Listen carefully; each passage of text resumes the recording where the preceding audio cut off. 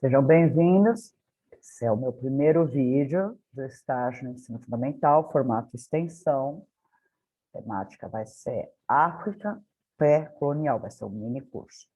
Eu sou Helena Aparecida Cioli Sobral, RU 2086368, cursando segunda licenciatura em História, sob orientação Júlio Rolim Machado Santos, o Polo de Apoio Presencial da Uninter e Biúna, São Paulo. Esse vídeo eu vou dar o início ao mini curso.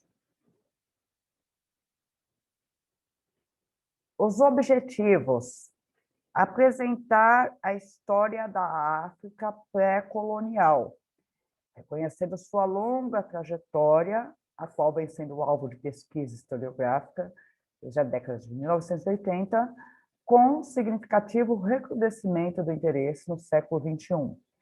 Quer dizer, eu vou falar da África, dos povos africanos, muito antes de começar o colonialismo lá, de serem colonizados, né, vamos dizer assim, pelos europeus. No nosso caso, aqui no Brasil, seria mais os portugueses, que eles escravizaram, aliás, fizeram tráfico de escravos, trouxeram muitos africanos, mesmo milhares, para o Brasil, para o trabalho escravo. E ficou assim, como se a história deles começasse ali.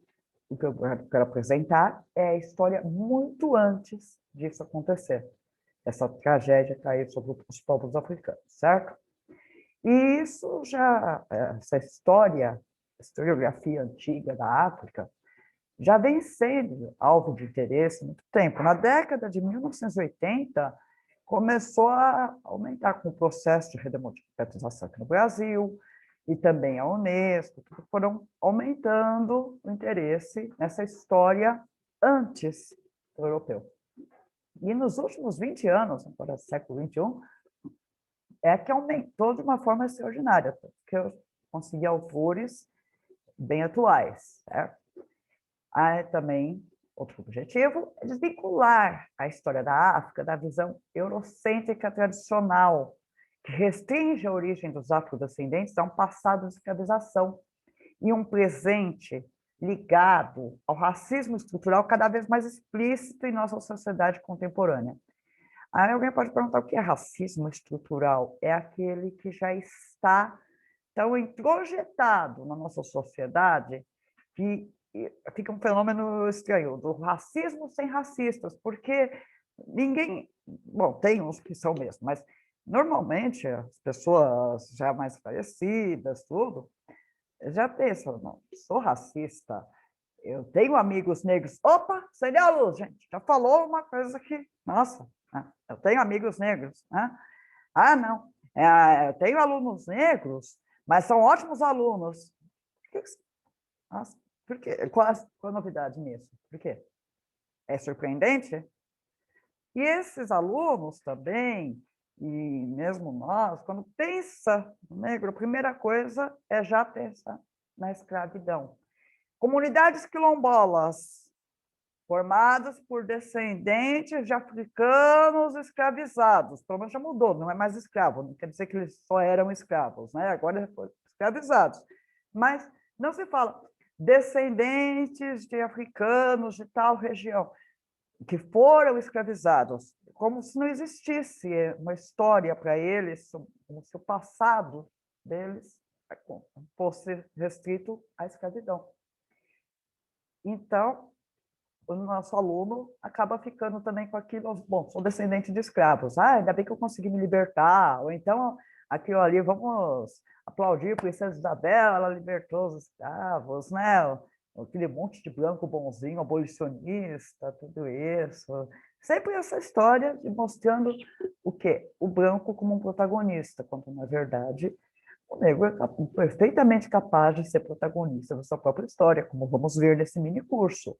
Vamos estar falando de povos negros que conseguiram não, era natural, claro, seres humanos, foi natural que eles, com permanências, transformações, às vezes dão um passo para trás, outro para frente, e foram construindo sua própria história. Só que é uma história que ainda está sendo escrita, é a historiografia, porque o interesse havia muitos interesses de mantê-los somente como descendentes de escravos ou escravizados. Também eu vou disponibilizar atividades didáticas, afinal, que vão facilitar e promover a aprendizagem significativa, porque todos nós aqui temos o objetivo de trabalhar com alunos, sexto ou nono ano, fundamental, né? Nesse estágio específico, seria para esse, sexto ou nono ano do ensino fundamental, e mostrar para eles a história africana. Bem, a África muito antes do europeu.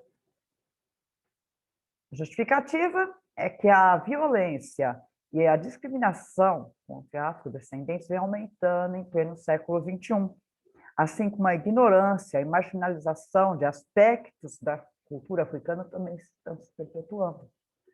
Você ainda percebe que se fala sempre assim, nos seguidores do candomblé, banda, já se fala sempre com pessoas ignorantes, né? Não reconhece isso, porque é africano. Quando se quer falar de uma forma pejorativa deles, né, sobre a religião deles, é macumbeiro. Só macumbeiro, eu acho que então eles poderiam dizer, é cristão.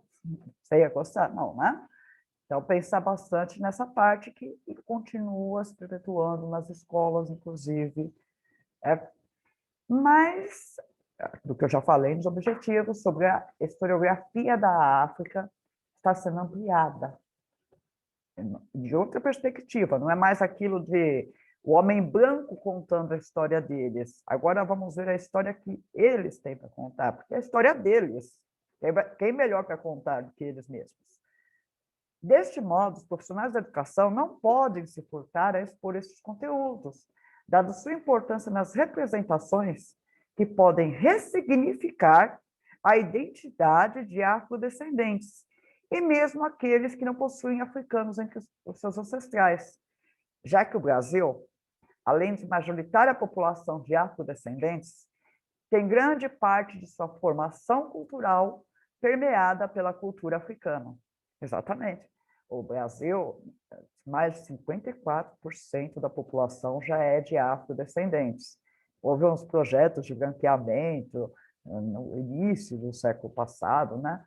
Que vamos trazer os imigrantes europeus e branquear o Brasil, quer dizer, porque o Brasil negro seria inferior, como a África, muitos ainda tratam a África, o povo africano, como primitivo, anterior, inferior, selvagem, sujo. Tem gente, nós já vimos até a mídia discutiu bastante uma ocasião, né? Alguém foi visitar a África do Sul e ficou surpreso porque era limpo. Quer dizer, isso mostra aquele racismo estrutural, já está tão introjetado que a pessoa, sem querer, solta uma bomba dessas. Quer dizer, ela pensa assim, certo? Mas a nossa formação o Brasil foi formado pelos africanos. Aí os índios também, mas infelizmente eles não conseguiram sobreviver à violência do branco. Os africanos conseguiram. Mais fortes, não sei. Eu realmente, que é até surpreendente, já que eles estavam numa terra estranha, separados do seu povo, outra língua, eles não conheciam nada, e mesmo assim eles foram sobreviventes, talvez também pelo número absurdo de pessoas que foram traficadas para cá à força. E isso deixou marcas fortes na nossa cultura e enriqueceu também. A cultura afro-brasileira é riquíssima, certo? África. O continente é considerado o berço da humanidade e das civilizações. O ser humano se originou na África e, ao longo de sua história, se desenvolveu de maneiras diversas e equivalentes. Isso é o que já nos alerta Emílio Sardineto no seu livro História e Historiografia da África.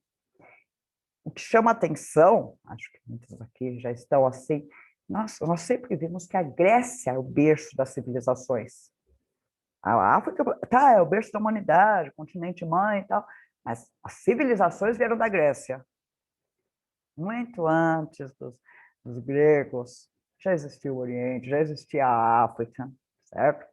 Eu já cheguei a ler livros em que se comenta que viajantes que passavam pela Grécia falavam que eles ainda eram crianças comparados, né?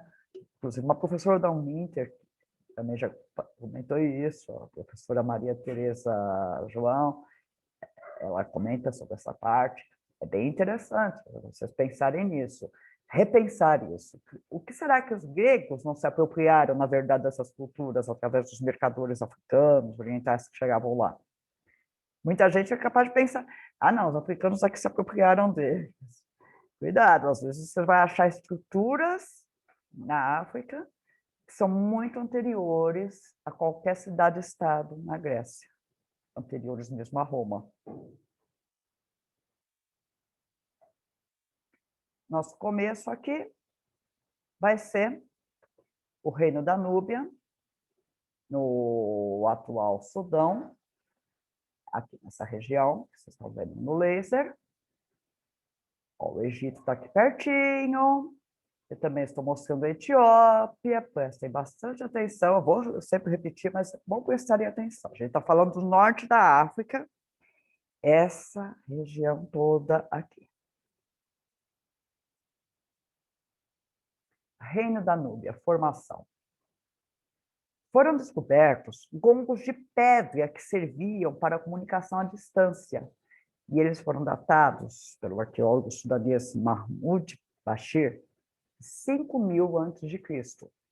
Isso aparece fora as leituras. Também vocês podem ver muito sobre isso em Os Reinos Perdidos da África, que é apresentado pelo historiador Gus Kastler Hayford. Ele se preocupa muito com a história africana perdida. O nome do documentário da BBC, que faz parte da bibliografia, né, das referências desse trabalho, é Os Reinos Perdidos da África. São vários volumes. São vídeos que, por favor, tentem assistir. Vocês vão ver muitas informações ali. É muito vasto, é riquíssimo. Ele mostra realmente civilizações fantásticas em um continente que todo mundo julga que só tem ou deserto ou selva, com Tarzan lá pulando de um lado para o outro, né?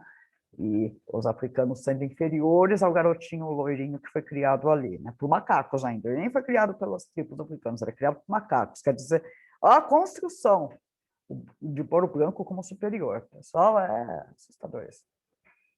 Imagens de gado gravadas nas pedras da região, indicando a existência de atividade de pastoreio ligada ao nomadismo. Por que nomadismo? Eles tinham, sempre a gente pensa pastoreio, agricultura, sedentarismo. Nesse caso, eles eram pastores, eles já tinham domesticado o gado, mas eles circulavam, eles não tinham uma habitação permanente, não encontraram-se evidências naquela região ali, onde tinha os gongos de pedra, certo? Então, eles já circulavam com o gado. Nossa, mas ali não era um deserto? Ó, isso daqui a 400 quilômetros de Khartoum, que foi achado os gongos de pedra. É assim hoje. Tem até alguma vegetação seca aqui, né? Mas era assim no passado, 5.000 a.C., há 7.000 anos atrás era assim. Vegetação, rios, é uma região muito próspera. E aí, já indo mais para longe de Khartoum, que é a capital do Sudão, foi encontrada a capital do reino da Núbia, a 1.100 quilômetros, né? A cidade de Kerma. Ela é datada de 2.000 a.C. Se descobriu que várias das estruturas ali já têm mais de 4.000 anos. E possui uma estrutura gigantesca em adobe, formada assim, a defufa, onde eram realizados rituais religiosos. Eles já tinham religião, sim. Eles tinham sua cosmovisão, suas representações do outro lado, do divino. Era rodeada de palácios para a realeza, sacerdotes, além de servos e escravos. Quer dizer que as pessoas que tocavam os gongos de pedra, aqueles pastores que viajavam pela região atrás sempre de mais passagens, né? seguindo o curso dos rios, eram os ancestrais desse povo que construiu grandes cidades, levantaram muito mais pirâmides que os egípcios. Né? Os egípcios não foram só os únicos bambambam, não. As pirâmides, muito pelo contrário. Comparado com a civilização núbia, os egípcios foram bem pobres de pirâmides. Isso é bem interessante. Vocês vão ver depois sobre os egípcios. Agora, sobre o antigo cemitério de Kerma. Tem algo ainda mais impressionante. Acharam lá 30 mil túmulos. Essa é uma cidade gigantesca, né? Porque 30 mil túmulos, parece que, pelo que eu vi no vídeo ali, nas imagens, cobre milhares e milhares de hectares, que agora está tudo deserto, mas antes não era assim. E entre esses túmulos, chegaram a achar as ruínas de uma estrutura funerária de aproximadamente 100 metros quadrados. Era um monte de terra de 100 metros quadrados. Vocês podem imaginar, com pedras, tudo. Supõe pertencer a um antigo rei. Por quê? Porque cerca de 300 pessoas foram imoladas em honra ao morto, enterradas juntas para servi-lo no reino dos mortos. Essa cultura já existia lá antes deles conhecerem os egípcios, certo? Nas bordas da grande tumba, também foram encontradas cerca de 5 mil cabeças de gado, foram sacrificadas na oferenda no funeral. Agora, tentem imaginar, eles tinham uma criação de gado muito extensa, porque sacrificar 5 mil e não acabar o gado na região, fora toda a matança, que a gente fica até assustado com isso, né? 300 pessoas, né? 5 mil cabeças de gado, também mostrava que eles tinham como sustentar esses ritos funerários e continuarem sendo uma grande cidade, continuarem crescendo como cidade, como civilização.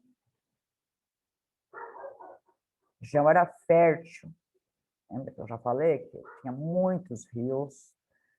Aqui no mapa só mostra alguns, mas na verdade entrava por todo o interior, tudo, era fascinante.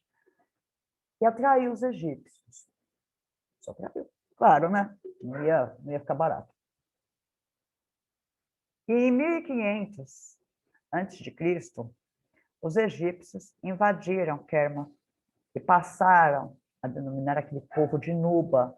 Isso era uma forma pejorativa, né, que quer dizer escravo. Essa é a velha história. Você quer subjugar um povo, você quer invadir, você tem que achar uma justificativa. Para começar, já diz, classifica eles como inferiores. Isso é antigo, né, pessoal? Não é à toa que gostam de separar a história do Egito e da África, porque os egípcios eles tinham umas coisas bem comuns com os europeus. Foi quando surgiu o reino de Kush, o Kuxi. Esse reino era egípcio, era governado, estava sob o poder do Egito, mas a população era núbia. E que, além de pagar impostos, tinha que obedecer, mostrar obediência, respeito, o povo núbio também foi escravizado. Eles tinham que, vocês veem aqui, gado, animais, macacos e as pessoas. Sim, foi uma verdadeira expoliação do povo núbio. Foi de 1500 a.C., mas os núbios deram a volta. Né? Mas a gente vai chegar lá. Qual foi uma justificativa dos egípcios? Que eu falei que os núbios vão dar a volta, então vamos conhecendo já essa divindade aqui. A justificativa dos egípcios para a invasão foi uma montanha na região de Jebel Bacal, um formato de cobra coroada, simbolizando Amon, o rei dos deuses egípcios. Eu, sinceramente, não consigo achar aqui, e nem o Kassel Haifor não conseguia, junto ali com o guia dele, o arqueólogo Mahmoud Bashir. Mas diz que, se olhar nessa parte, você vê a cobra coroada, que simbolizava Amon. Como isso estava em território núbio, e é um deus egípcio, vamos invadir lá, porque Amon já disse que essa terra é nossa. Ele e fascina a escultura para eles, né? A montanha. Só que, lembra que eu falei que os núbios dão a volta?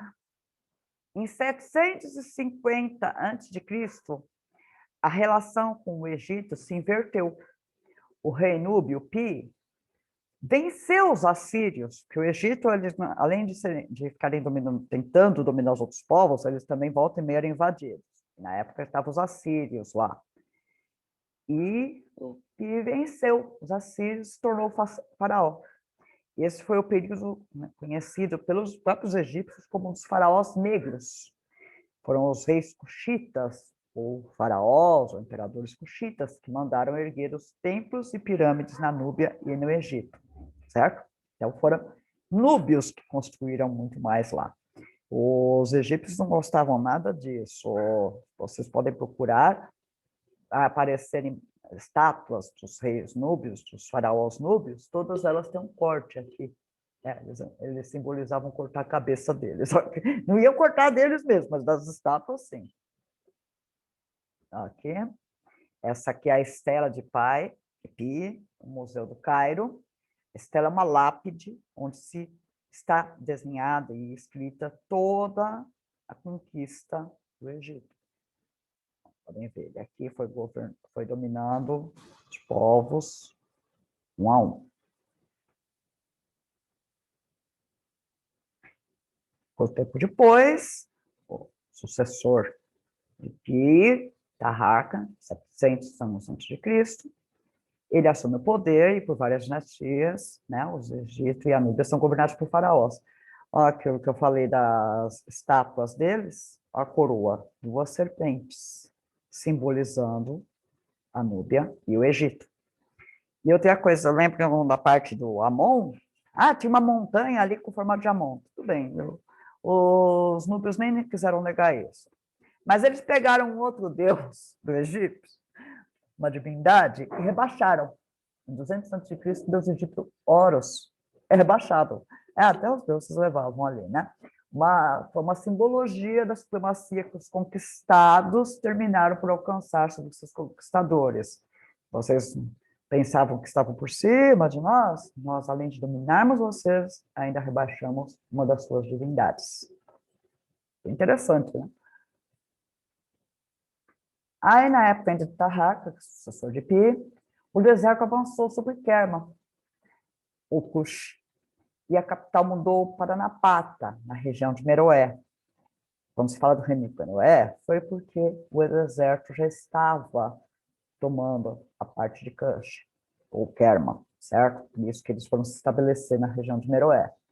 Porque lá as pastagens permitiam que o gado continuasse a ser fundamental na cultura e como forma de mensurar a riqueza. Lembram das 5.000 cabeças de gado lá no cemitério? Pois é, era assim que eles precisavam do gado para se alimentar, era a cultura deles, os desenhos deles representam o gado como extremamente importante para eles. Mas a gente viu que os núbios aqui, né, eles superaram o Egito, superaram outros invasores, mas eles nunca puderam vencer o deserto. Por volta de 400 depois de Cristo, muitos adotaram um modo de vida nômade, com a utilização do camelo nas suas viagens comerciais, já que, ao contrário do gado, eles sobreviviam em regiões desérticas. Uma coisa bem interessante é que, nessa época, o Egito já tinha tomado Napata de volta, né? Napata era do Egito. Mas os povos núbios também não ligaram para isso. Eles preferiam manter seus próprios territórios, sua cultura. Eles só se renderam mesmo ao deserto. Então, os egípcios ficassem com Napata, eles nunca invadiram o Egito. Eles tomaram conta ali só para deixarem de ser escravizados.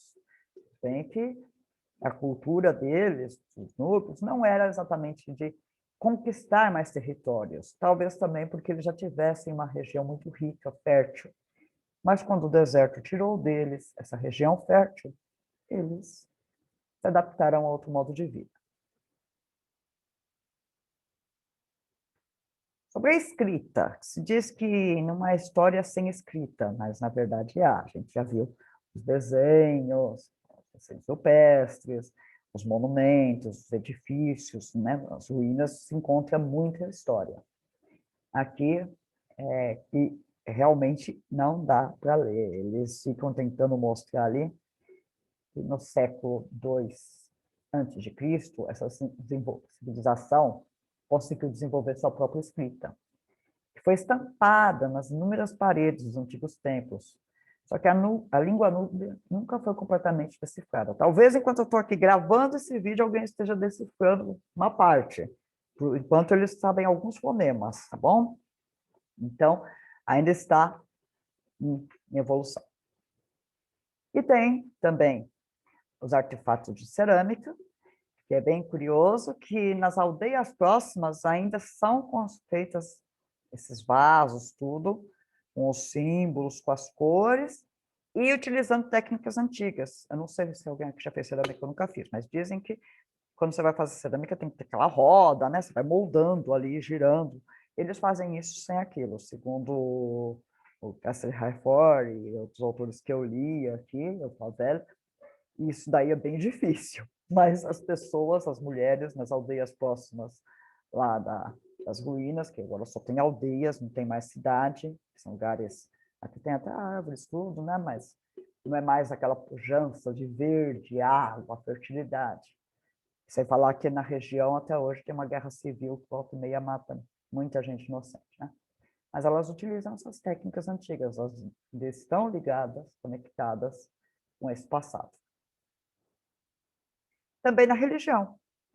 Atualmente, o Sudão é majoritariamente muçulmano, mas os rituais antigos ainda têm, aliás, os rituais muçulmanos ainda têm muitos elementos antigos do povo núbio. Tem o chamado os congos de pedra, tem as roupas, nos símbolos mesmo, certo? Porque o Islã não permite representações de figuras humanas, animais, nada disso. Mas algumas coisas do antigo povo núbio sobreviveram nos rituais muçulmanos. Como é que eu falei que o Egito e a Núbia se separaram? Nunca mais voltaram a estar sob o poder de um único soberano. Mas aí aconteceu outra coisa também. Eu falei que os núbios se dispersaram quando o deserto chegou lá. Eles eram de Kerma, na verdade, já era Cush, eles eram cuxitas. Eles se dispersaram e foram para várias regiões ali perto, alguns mantiveram a autodominação de núbios, e descobriu-se, isso tem na obra de Favel, um historiador árabe no século XV descobriu rolos de papiro do século VIII depois de Cristo, sugerindo relações diplomáticas e comerciais entre o resto dos núbios, que já estavam convertidos ao cristianismo. Vocês vão ver no próximo vídeo o que os cuxitas e o cristianismo podem ter a ver, né? E os povos egípcios. Essas relações eram conflituosas, mas basicamente porque o Egito queria continuar dizendo que dominava a Núbia e já tinha perdido totalmente o controle da Núbia. Isso se lembrem bastante quando a gente começar no próximo vídeo. Cristianismo, lembrem-se que quando o deserto chegou na região de Kerma, eles mudaram, muitos foram para a região de Meroé, outros foram procurando outras regiões. Pelo jeito, eles encontraram, além de outras regiões, também religião, certo? Então, agradeço muito a todos que estão aqui assistindo. Peço que deixem seu like, seu joinha ali, façam comentários, para ajudar na validação do meu estágio, que é um mini curso da história da África pré-colonial.